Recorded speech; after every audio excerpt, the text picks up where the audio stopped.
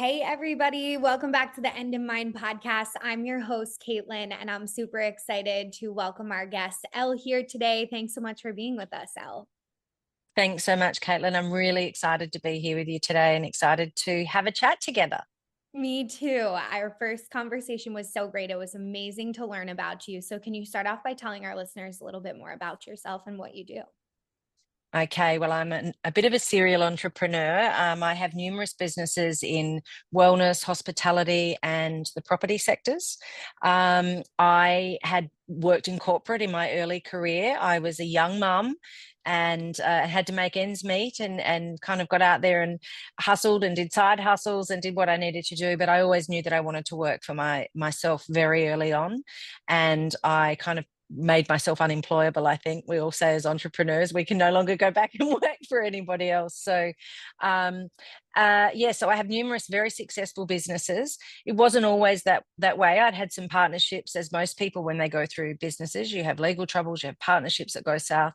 And I've recently just finished a book about it, which we can talk a bit more about today. But so it's just more about, I think, my entrepreneurial journey has been one that has been such an exciting road, I guess. I love being an entrepreneur. I love coming up with ideas and sort of being able to, as you say, your word I love is riff, with myself and have things playing through my head and reverse engineer things and see if they're going to work.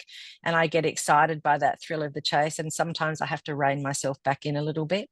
But leading heart-led businesses, I think, is really important, especially as a female entrepreneur and a mom, and you're trying to spin so many plates at once. And I think it's really important that we listen to our hearts and our intuition on how we not just show up for our family, but as leaders and our customers in our businesses. So super excited to talk about that today. Yeah, I can't wait. And we'll just dive right in as we always do here on the End in Mind. So that's lovely to hear. And I love how you have so many different industries that you're Mhm. able to give us a peek into. And I also really appreciate you touching on the topic of what happens when we get into business. And sometimes the Mhm. business or relationships have a mind of its own, and it's not always controllable for us entrepreneurs, and sometimes we have Correct. to get some legal help, to help us get out of Mhm. those situations. So, do you mind sharing with us a little bit more about that part of your story? And, of course, we can read Yeah. about it through the book too. Yeah, for sure. And it's a really tricky one because I mean, I always say that courts are full in every city, in every state, city, in every town across the globe from 8 a.m. to 4 p.m., 5 days a week, with people fighting about money. Partnerships have broken down, whether it was greed or whether it was impropriety or just, people that just couldn't get along and come to a decision. And I think for my particular story, there was, hostile takeovers, there was Phoenix companies that were set up, there was a lot of shenanigans that went on, and it ended up in millions of dollars in court costs to fight in court. And you end up with mud being slung both ways. I think and nobody wins. Really, nobody wins. It was a 2-decade long court case that got very, very ugly. And it was something that I think I probably used to have PTSD from. I don't now, but it can really take its toll on the way that you continue to show up in business, on families, and how you then move forward, from that. And I think for me, being an entrepreneur it's really important that most businesses go through legal hiccups or legal problems. Very few partnerships work. And I think there needs to be more checks and balances so far as alignment before we go into business and before we shake hands, which is actually the name of the book. So it's called Before You Shake Hands, and it's a critical guide which gives you all of the questions that you should be asking and that I wish I had have asked before I went into business. Very much an alignment check from values and trust, roles and responsibilities, legals, finances, exit strategies, all of the things. And I think when we go into business as entrepreneurs, we we come out the gate and we get so excited that somebody's chosen us, right? It's validation of our idea, or or the work that we've put in, and somebody's chosen us. And it's kind of always assimilated. It's kind of like dating, somebody picked us. And I think what's hard about that is, unlike dating, when we go through that process of meeting somebody, we then say, well, is there chemistry? Okay, check. Is there, values? It might be religion, it might be where they live, it might be what job they do, what they want for the future. Do they want kids? Don't they want kids? And then we go through a process of, who's bringing what to the table. Are we going to share a bank account? How are we going to save for a house? We have hopefully, most of us have all of these fundamental, really critical conversations with our life partner. And business is a marriage. Yeah. And people forget that. They get so excited, the validation comes in, and for some reason, people are quite willing to jump ship and go all in after maybe 1 or 2 meetings with people. And I don't know if it's because people get, it's a necessity, that it's an urgency, that they either need funds in the business or they need to grow quick and maybe they can't get finance, or whatever it is. But whatever it is, fundamentally, we don't ask these questions, and we get into bed with people, if you like, that we haven't done the checks on. We haven't asked the critical questions with values, alignment, and make sure that those things are in place before we sign on the dotted line and hand everything over. So we're not willing to go into a personal relationship and we sort of trust our intuition and go with our gut in that situation. Does it feel good? Is he the right guy, or is she the right girl? But for some reason, we just get all giggly and excited when someone comes along and wants to invest in our idea, that we're just happy to sign half of our company over. And away we go with no, has that person been through, legal dramas in the past? Do they have references from any past partnerships that they've been in? Have they faced partnership trouble? Were there conflicts? If so, how did they navigate those? It's not about putting people in a situation where they feel like they're being interviewed, or they're, being given the drill sergeants giving them the questions. But it's very much where I would say to you, Caitlin, I'm really excited about having this conversation with you, and the prospects of you investing in my business. But before we go to that next stage, I'd love us to do an alignment check. Is that okay with you? And then go through that process and just say, look, I think it's really important, not just to make sure that you're the right partner to come into my business, but that I'm going to make sure, we can make sure that I'm the right partner for you. What are our communication styles? All of these things form whether or not a partnership's going to work in personal marriages and business marriages. And generally, partnerships break down in both of those scenarios with communication breakdowns. Yeah. And, the trouble starts, people kind of they have that intuition or that gut feeling something's off. They don't bring it up because it's a new partner and they don't want to rock the boat. They don't want to cause problems. And so they don't say anything, or they don't, address something that they ordinarily would have in a personal relationship. And then things go south, and generally they go south very quickly, because you're not dealing with someone that you've got an emotional investment with and that you need to fight for or work at. You're dealing with someone that you probably don't know from a bar of soap. You really don't know their history, because most people don't ask. And, I think that's when things get really ugly, and it's very hard to walk it back from that point. So dealing with things like your gut, listening to your gut, we all know, especially as women, we all know we get that bit of an ick feeling, something's off. When your gut, as men and women, when it's telling you that, it's time to, hold. Now, what if, I guess, there's people that it's not before you shake hands? What if someone's already in that toxic environment and they don't know what to do? Communicate. Draw the line in sand. Try and have a casual conversation by having a meeting. If that doesn't work, then call it an official directors meeting. Follow the rules every step of the way. Start to document everything and make sure you keep records of everything. Because when there's money involved, people get very foggy memories and people recreate history to their narrative. Everybody parts ways. You go to your lawyer, I go to mine. I tell them my side of the story. You tell them your side of the story. And welcome to day one in court and probably millions of dollars. Wow. So I think the alignment check in everything we do, friendships, life, business, leadership, everything, the alignment check is where it's at. It's really important. That's such great advice, because so many of us, like you said, it's kind of that ego that comes in and we feel Mm-hmm. chosen and accepted. And Yeah. it's like, why would I ever want to make that feeling go away by doing an alignment check? When in reality, the alignment check's going to help you find more clarity around feeling that emotion, and if it's real or if it's a facade. Right. I think is kind of what you're saying too. It's like it might all be smoke and mirrors in this relationship. And that's very, very common. And I think, asking someone the questions, if somebody, just like in dating, if you said to somebody, Caitlin, can I ask you, have you ever had or faced any legal challenges in a business partnership or a business environment before? And if so, how did you overcome those? If you turned to me and you said, you know what, Ella, I'm not comfortable answering those questions, red flag, like Right. abort mission, run, don't walk, get out. That is a big red flag if someone's not willing to say.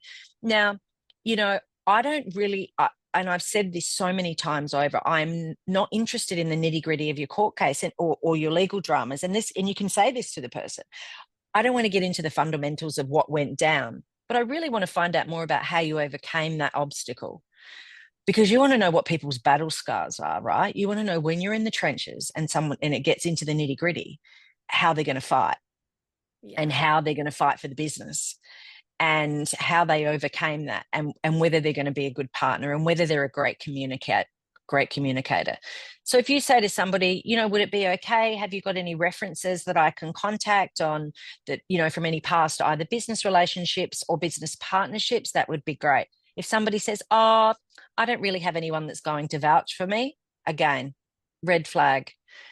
Because you want to contact those people just like you would do if they're coming to a business, a job interview in your company, you would be doing a reference check on them. So Yeah. why, when there's millions of dollars or hundreds of thousands or millions or tens of millions of dollars, are you not ref checking someone Right. who could cost you? If you're willing to look at this person and say, by going into business with you, I could lose everything I own, including all of my assets, my company, and everything I've built just by being your partner. If I don't ref check you, it's a really easy answer to the question is do the groundwork. Ask people if they've had any financial problems, because what if someone's going through a divorce and that might come as part of that? What if your business really needs to grow? For example, you might be scaling in the middle of scaling your business, which is why you need the investment in the first place. Okay, well, what if you grow and then you get some crazy influencer that's going to, put your product in, or you've come up with this fantastic idea that's just, the world wants it, and your business is going to go boom overnight.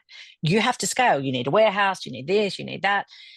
How are you going to do that? Where's the money going to come from? Who's going to put the money in? Is it 50-50? Where does that money come from? Are we going to get a loan? Are you going to put up your house? Am I going to put up my house? How does that work? Is it on a buyback? Is it as, extra shares? How does that all work? These are all things that don't rush it. And I think people get so excited again and they rush. Slowly go through the process. It is the fundamental core of being an entrepreneur. And even if you don't take a partner, I use a lot of the things now in my own business for my own checks and balances without a partner. I used to rush at everything. Whereas Yeah. now I really find myself slowing down and saying, hang on, what are what could go wrong, basically? And what do I need to have in place for these things, especially when it comes to things like regulatory compliances and licenses, liquor licenses in restaurants, or permits, different permits that you need to have for whether it be machinery or drainage or what have you, and manufacturing, labeling. If you're doing a lot of fashion brands around, what labeling do you need? Do you need to put fire hazards on things? What happens? What public liability have you got? All of these things that you need to have in your business are the checks and balances that protect your future. And I think if we can take the excitement out for a moment and put our egos aside, as you said, it's a deal breaker. And if you're willing to lose everything, I mean, I'm not again. I've been through it and I never want to go through that again. You know what I mean? So I think it's really important that we just slow things down a bit, try and take the ego out as much as possible. Because if the person can't answer those questions and have that alignment check, they're not your partner. They're not the one. Yeah. And there is And you somebody just else. saved yourself a lot. Right, There right. is. There is. I love how you said, like, there's you'll save yourself in the end, of this whole situation. Mm-hmm. And that's really the theme of our show, the end in mind. And if we don't start Yeah, to think about our future in order, and not in an anxiety ridden way, like I want to make that very clear for everyone, more for of an sure. intentional way, of what you're saying. You're like, okay, I've had this experience once. I know my intention is to never live it again. So what can I do to basically set up these, boundaries and the alignment questions? And Mm-hmm. I also really appreciate you touching on the urgency piece, because that was going to be my follow-up question. A lot of Mm-hmm. us in business think that we're on a time crunch. Like, we create this narrative in our heads, and I'm definitely someone that does this even today, where it's a rush to even get like an Instagram post out. And if it doesn't get Uh-huh. out within the hour, what's going to happen? And it's so funny. My fiance always says, he's like, what, the world's gonna burn? Like, what is the worst thing that's gonna happen if you don't get the post out? It's going to be okay. It's social media.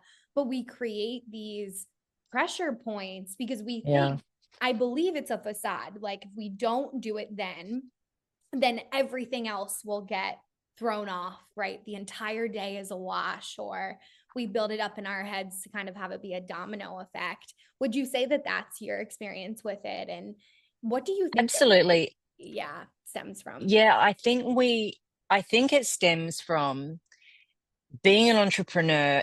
There's that sense of urgency that you don't want to miss anything. Yeah. And I think especially when I was younger and, starting my first businesses, I wanted to make sure I had everything right and everything had to be done. I was a workaholic. Whereas now I'm just kind of more blasé about things, knowing that things are just going to get done. But I definitely had a pressure then. I was a bit OCD to the point where some friends at a dinner party one night laughed and said that we all had to say what we thought our epitaph on our gravestone would say, and they all said that mine would say "screeching in sideways." And because that was just, whether it was getting on a plane, they'd be closing the door and I'd be like, whoop. Right. So I think that was always the way in business. I was just trying to cram as much as possible into every day, and I think that just takes time and planning and organization, and also taking a lot of the pressure off yourself, Yeah. taking a step back and saying, you know what, I've got this. I'm already doing it. I'm already in it. And just reminding yourself of how many things you are doing a day and how much you've already achieved. And also taking stock of that. I think I have check-ins with myself regularly, because I think as entrepreneurs, and I'm certainly very guilty of this, I'm always looking for the next thing. Yes. Like how to be better, how to be bigger, how to grow more stores, more this, and more retail spaces, more restaurants, more this, more that, da, da, da, land banking. And then you think, oh my goodness, like when does it stop? Yeah. At some point, when will I be happy? At some point, where does that, when is it enough? And I think that just comes from experience, but it also comes from, I wish when I was younger, and I'm in my early 50s now, but I wish when I was younger that I had have taken those moments to remind myself exactly how much I'd achieved. Yeah. Because in all the noise and, in the middle of the race, sometimes you're too focused on the finish line to check where the water stations are. Yeah.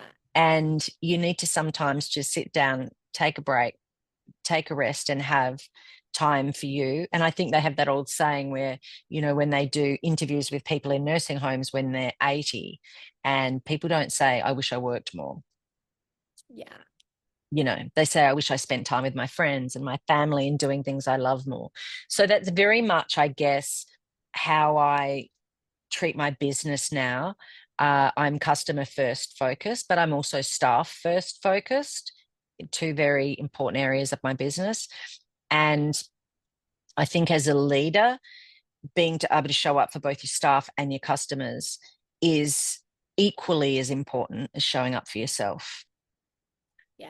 You know, because the captain still has to drive the ship, right? So I think I always forgot that. Whereas once I stopped and took real stock of what I wanted, how I wanted to spend my day and what I wanted to do, for example, my PA and I actually giggle a little bit because sometimes she'll say, does this appointment work? And I said, have you checked the tide chart? Because I love surfing every day. So, getting her to learn how to read a tide chart on what times are appropriate, which sounds crazy. And it probably is. But for me, it kind of makes sense. And that's how I like to structure my day, because getting in the ocean for me is the same as for other people going for a run or going to the gym or doing meditation or all those sorts of things of that health and wellness space of what we need as oxygen as entrepreneurs to, get back out there with our armor on and fight another day. So, whatever it takes to float your boat and get it done, I think we really need to focus on ourselves as well and not be so hard on ourselves. The best advice that I feel like anyone could give a business owner and entrepreneur is exactly like Yeah. what I said. There's already so much pressure. We don't have Mm-hmm. to be applying it. It's like, let that go. There's enough going on externally to keep us accountable most of the time when we're at the point, that Yeah. we're talking about now. And also the love list. That's something that my coach calls it, when I'm Mm-hmm. starting to spiral or I'm just thinking about the business. It's all consuming. I'm not sleeping, right? We've all been there at some point. And she'll literally say, Absolutely. are you doing your love list? She's like, are you doing anything that you enjoy or are you just working? Because you can enjoy working, but it can't be the only thing that you enjoy, That's so important. Such a Yeah. great message. It can't. And sometimes I was very guilty of always saying, but I love my work, Yes. but it's a passion for me and it's not work. What do they say? If you find something that you love doing, you'll never work another day in your life. And whilst that's true, it's also insanity. Of course, we want to do what we love every day and be able to be passionate about what we do. But to the point where, or not to the point where we work ourselves so far into the ground that, it needs a medic to get us out, literally. Yes. And like we see it happen Yeah. all the time. And I think that this is like a Mhm. wake up call for business owners. If it's affecting your health, listen to Elle. She had great advice, whether it's a partner that you're working with, there's hope, Mhm. on the other side. You'll get through this. And incorporating your love list or things that you love to do. It really is that simple, but we overcomplicate it. Like, I feel like we are master overcomplicators as entrepreneurs because we think that We it are. shouldn't be easy, And right? nobody knows ourselves better than ourselves. Yeah. So we try and convince ourselves that we need something else. But the reality is that's where your gut, I guess, and your intuition and having a heart led business comes into it. Yeah. And all of my businesses are heart led. If I don't have my heart in something, I can't do it. I can't get out of bed and go into business just to make money. It Yeah. has to be, obviously, they need to make a profit, but it's got to be something that I just fall in love with. And when that happens, I think, yes, it becomes a passion, but that's when the checks and balances need to, because that's when you can spiral. So Yeah. it's so important just to not be so hard on yourself and just remind yourself that, we're ourselves biggest cheerleaders, but we're also our own biggest critic. And I think just softening the blow sometimes and not being so hard on ourselves would just be so amazing for our mental health and how we show up as leaders as well. Not just for ourselves, but our friends, our family, just to be able to close the laptop and say, no, you know what? I'm checking my love list, whoever, whatever, and whoever's on that, to check that and say, it's okay. It doesn't matter if that post didn't go out today, or it doesn't matter if that email didn't get written. It's the first thing that goes on my list tomorrow. It's okay for things to roll down the list and not get it all done. You know, Oh, we great don't get a advice. do over. We don't Yeah. get a do over. I can tell you that. Yeah. Oh my gosh. This has been such a great conversation. Thank you so much, Elle. Can you tell our listeners how they can get their hands on Thank your you. book? Because I know a lot of them are looking for partners or investors. And it's something that they should learn about and at least take Hmm. into account. And then also how they can connect with you, whether that's through socials, website, all of the things. Sure. Well, they can go to beforeyouShakeHands.com is the website, and you can go onto there onto the subscribe link, and that'll give you the pre-order link to order the book. So I'm super excited about that. And then also you can get to me on Instagram, which is the.elle.george. And I love it when entrepreneurs reach out. I really do. I'm a bit of a have a chat, and I love to pass on. It's a bit like passing the baton. I love to, when we all work together, I think I love to pass things on and lessons learned, because, I had a rough ride, and it's great when we can collectively lift each other up and draw a seat at the table for somebody else to be able to sit down and have those conversations, or answer a question if someone's stuck on something or just needs an ear to run something by. But I love chatting with fellow entrepreneurs who are out there and listening to people's amazing stories. It's super cool. Oh, thank you so much. And for any of our listeners that are multitasking, just message me. I can also connect you with Elle directly or send you the link to pre order her book. So thank you so much for coming on. This was such a great conversation. Amazing. Thank you so much for having me.